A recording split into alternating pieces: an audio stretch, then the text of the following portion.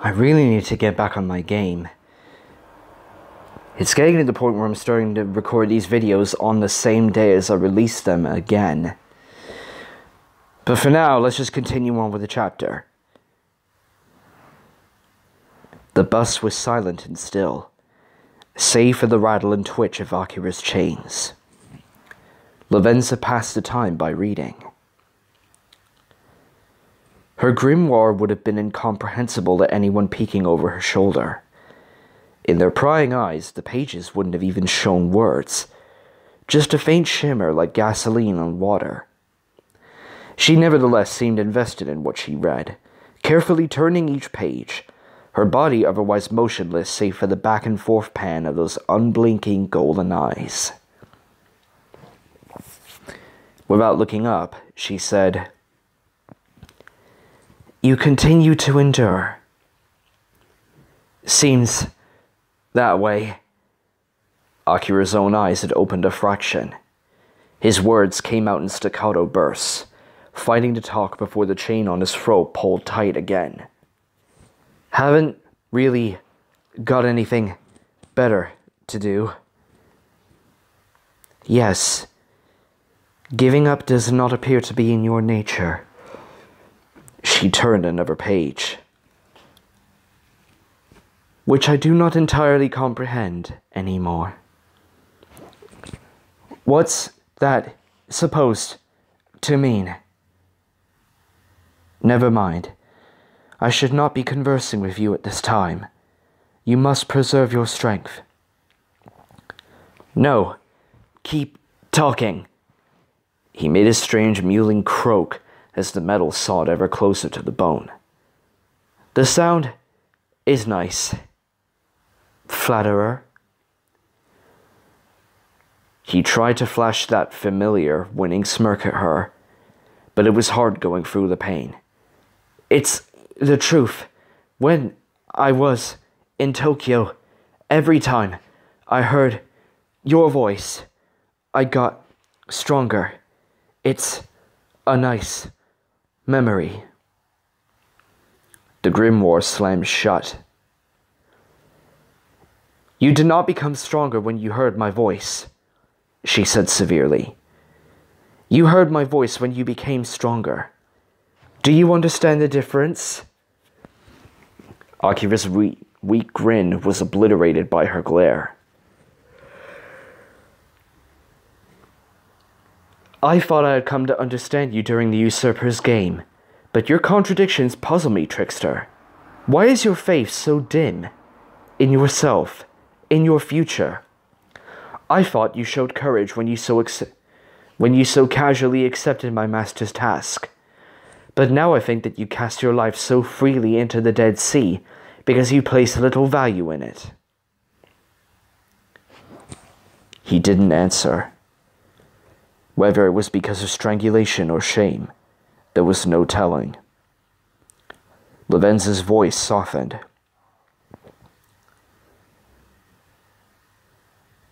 "I wish you could see how brightly you burn.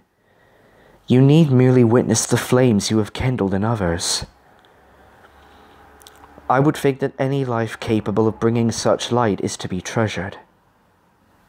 She turned to the window, her gold eyes tattooed on the opaque pane. With no change in tone, she said, "I am sad. Didn't mean to upset you. You misunderstand me. I am sad because our time is nearly at an end." He struggled against the chains. "I'm not dead just yet, and I won't give up. I'm still not bitten, and I never was. I must quote The Walking Dead, Telltale Games, Season 2, Clementine." "Again," she said, "you misunderstand me." The chain around Akira's neck flashed and burst apart.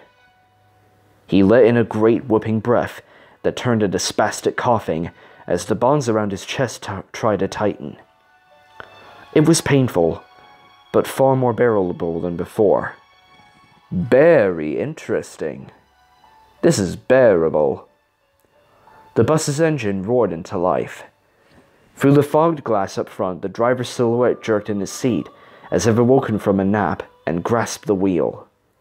Lavenza still did not look at him. Through rotted seas and empty lands, through tribulation unknowing and unknowable, the confidants drawn to your spirit pursue you, intent on bringing you home. You are not merely a vessel for their whims, and you are more than just a guardian of their well-being. Though the world's future may be in jeopardy, your own can still be grasped. She paused. Or so that is what I have come to believe. His throat was raw. I'm sorry. Apologies are needless, and my words are hardly gospel. After all, we wielders of power are forever apart from humanity. My understanding is limited. I ask only that you think of this when you return. Then she turned, and her eyes narrowed. What are you doing here? Akira blinked. Lavenza was glaring straight through him. Then he heard a familiar chuckle, reverberating deep in his head. I infiltrated. It is in my nature. And my fetters were undone when the first to fall was summoned. I come and go as I please. How utterly impertinent. The chain around Akira's left wrist glowed white and snapped. He craned in his seat, but couldn't turn. Still, he felt Arsene's presence. Greetings, trickster. Our journey resumes, eh? The end is in sight. You know, this would be a lot less uncomfortable if I could actually see you. Yeah, fine, drive past me, bike. No matter. I'm just doing nothing. Nothing but recording. Aha. A moment then. Embers flitted around Akira's head, and then Arsene materialized just behind Lavenza, sitting cross-legged on the floor, his heels nearly scraping the sides of the bus. He'd taken off his hat and set it aside, and even then he had to hunch. This place really was too small for him. Lavenza looked quite irritated. Kindly state your business here. We were in the middle of a conversation. I am the mask of this trickster's heart. You were speaking to me as well, remember? He laughed again as Lavenza's brow furrowed. Arsene, please stop annoying the nice... He stopped, suddenly certain that both lady and girl would invite disastrous consequences. Attendant, if you want to talk, then talk. A chain tethering his ankle burst apart. I'm not going anywhere for a while. Very well. I only ask that you let me accompany you to the conclusion of your mission. I see your intent. You wish to replace me with a more potent mask. The thought did cross my mind, yes. Why do you want to tag along? The force presently shattering your bonds inspires a curious ambivalence in me. He ran a talon along the rim of his hat like someone turning a wheel. Antipathy alongside respect. I wish to investigate the sensation further. You'll have to pull your weight. No offense, but you're far from Staten Isle. Worry not. Arsene plucked at his waistcoat, and tongues of fire licked out from between the folds. Not orange or white or blue, but dark as the space between stars. My heart is a furnace, he said. Within my breast burns a chaotic black flame. You need but kindle it, and it shall blaze hot enough to incinerate God. Lola! No!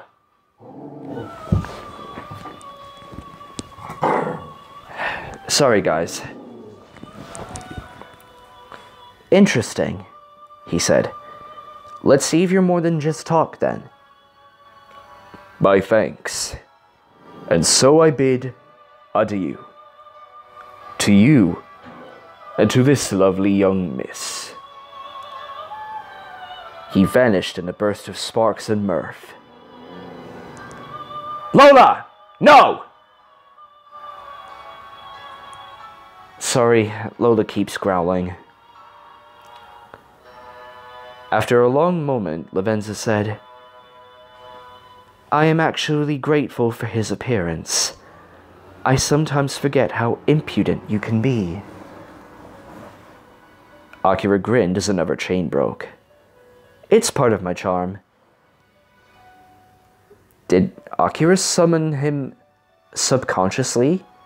Because I didn't know you could summon personas in the Velvet Room. I just thought that they were already part of the Velvet Room and they appeared at that. Are you confident in your victory? Confident as ever. And what of the days to come? Akira's grin faltered. This hole you spoke of will remain. Why continue to struggle if you do not believe it can be banished? The agony the chains had inflicted was already a shadow of itself, and yet he fidgeted uncomfortably in his seat. He'd come to learn that all of his usual tactics to evade conversion, silence, sarcasm, wry grinning, shriveled up and died in front of Lavenza.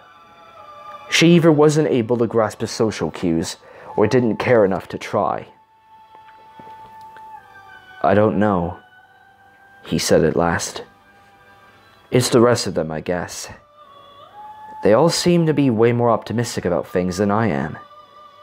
Why should I try to drag that down? It's the reason they saved me in the first place, after all. Ryuji and An and everyone else. I'd have been lost without them. He shook his head.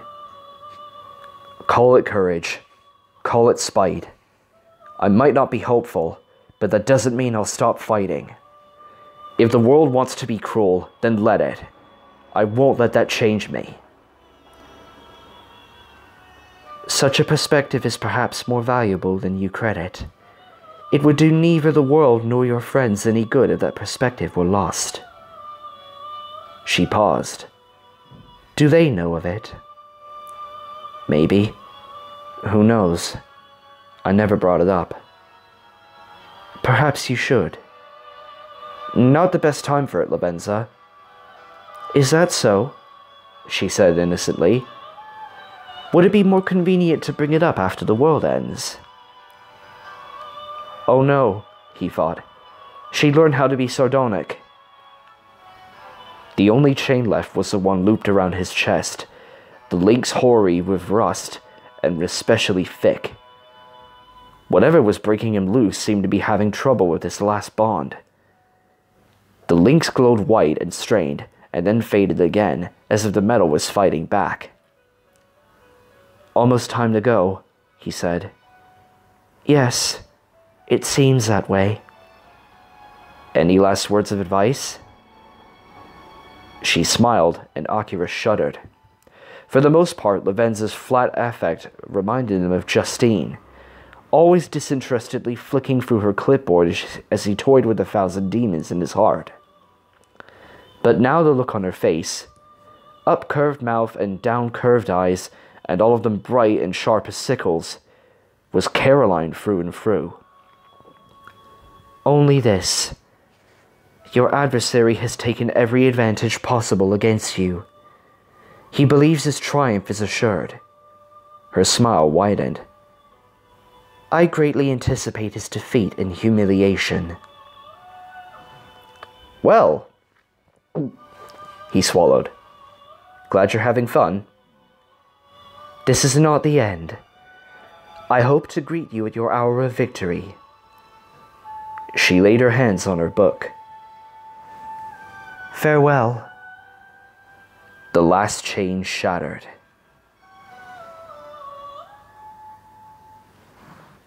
Akira jerked upright in his seat, gasping like he just emerged from deep water. The blanket-splintered room spun before his eyes. At his feet, the last of the chain links twitched like dying roaches and crumbled into rust. He tried to raise his hand, and managed it on the third attempt, and, with even more effort, brought it up to his forehead and massaged the skin. The fabric of his glove lay cool on his brow. He'd felt perfectly lucid upon leaving Lavenza, but here his long sleep had filled his head with fog. He hadn't felt this groggy since he'd been drugged. He tried to tell himself that was why he took so long to notice Akechi. Akechi broke the chain! Just like the song, break the chain, bug bug beating hard, yeah, Base killing now, bug bug burning hard, he toss one and only. I was thinking of Kamen Rider Kiva. I haven't seen the show, but I've listened to the song. Halloween is upcoming, so who knows, when I finally get back to watching Kamen Rider Revice after an eternity, I might check out Kamen Rider Kiva myself as well. Who knows? I barely follow up on what I say I want to do these days. Akechi was knelt in front of Akira's chair, arms up and palms down and fingers oddly crooked. With those talons, he almost looked reptilian, an absurd raptor. His helmet was off, his hair askew, and his face was sweaty and deathly pale. Still, he tried to give Akira a reassuring smile when their eyes met. His hands are going to be absolutely fucked up. Welcome back, Joker. Apologies for the wait. Akechi... No. Crow! He smacked the side of his head, tried to get his thoughts in order. I guess we're still doing code names. Where? This is Shimizu's palace. Akira's confused look intensified.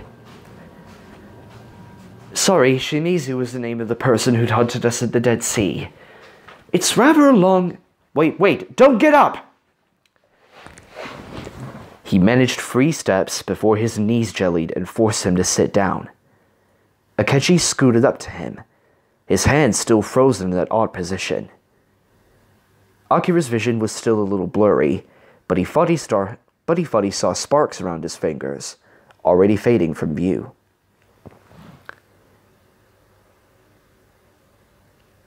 I was separated from the others, but I'm sure they're fine, said Akechi. After you're recovered, we can reunite with them. It shouldn't be difficult, you're a bit of a wrecking ball at the best of times. He was babbling. At least here, if you bring the roof down on us, that'll only provide a further advantage, and, Akira's hand snaked out and grabbed hold of Akechi's wrist. He squawked and tried to pull away, but Akira twisted his arm and got a look at his palms. His eyes widened. Holy shit! Crow, what did you do to yourself? The underside of Akechi's gloves was entirely gone. Beneath was a nightmare of blackened, suppurating flesh, cracked and riven like a desertified lake bed. In places his skin was oddly shiny, and in his numb horror, Akira realized that it was ice. The fluid leaking from Akechi's wound somehow burnt out and frozen over at the same time. What? Your chains, Akechi said. Had to break them. There wasn't any other way. It's fine. I've had worse. I kind of doubt that.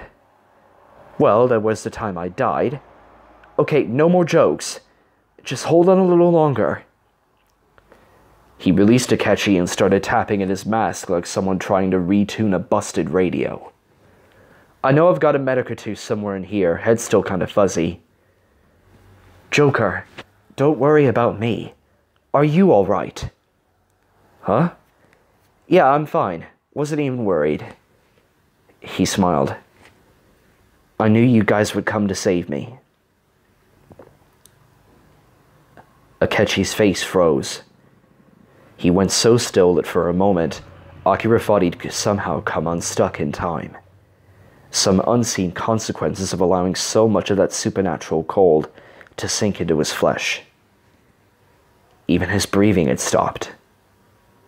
Then, as Akira watched, the corners of Akechi's eyes welled up. Tears ran down his cheeks. Crow? No response. Goro, you okay? He hiccuped. He bent double. He seemed to collapse inward. Some revelation that his battered frame could hardly bear. Akira grabbed his shoulders. Alright, I'm gonna guess the pain's finally sinking in. Just hold still and I can... Akechi lunged forward and threw his arms around Akira. Those cold claws dug into his back as he wailed. The sound was high and hoarse and ugly, the hysterical sobbing of someone half his age, and the sound flew up into the eaves of their cell and echoed back in the emptiness. Akira sat stiff, arms out and palms splayed as if in surrender. Then, still uncomprehending, he hugged Akechi back. The crying went on a long time. Akechi seized and shuddered against him. Akira thought that he must be unwell. A fever from his injuries, maybe. The heat of him burned right through Akira's gloves.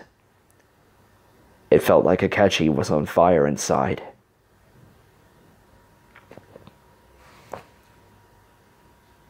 Poor Akechi. When he eventually does surrender himself to the authorities, I really hope that somebody gets him a therapist. Because he really fucking needs one right now.